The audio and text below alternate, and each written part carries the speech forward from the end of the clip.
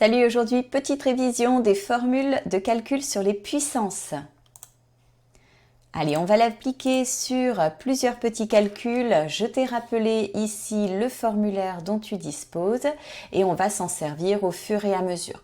Alors, pour la première, 7 puissance 3 fois 7 puissance 2, tu vois qu'ici ça correspond à la première. Donc, je vais devoir faire 7 puissance 3 plus 2.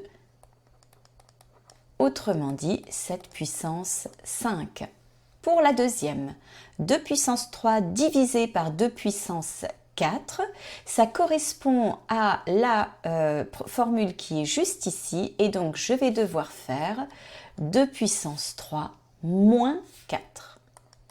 Alors, 3 moins 4, ça fait moins 1. Et tiens, 2 puissance moins 1, ça veut dire l'inverse de 2. Regarde, c'est juste ici. 2 puissance moins 1, c'est 1 sur 2 puissance 1. Donc 1 demi en fait.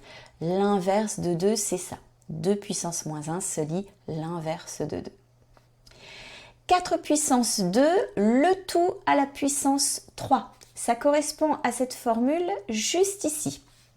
Donc, on va obtenir 4 puissance 2 fois 3. Autrement dit, 4 puissance 6.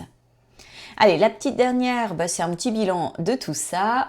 On va donc ici d'abord s'occuper du numérateur. Donc, on va avoir 3 puissance 5 fois 3 puissance moins 2. C'est la formule qui est ici. Je dois donc additionner. Donc, ça va faire 5 plus moins 2, donc 5 moins 2, autrement dit 3 puissance 3. Et ici, lorsque j'ai ma fraction, je peux à nouveau appliquer cette formule juste là. Donc je vais avoir 3 puissance 3 moins 5. Autrement dit, 3 puissance moins 2. Alors, on laisse pas ça écrit sous cette forme, c'est pas beau, c'est pas très compréhensible.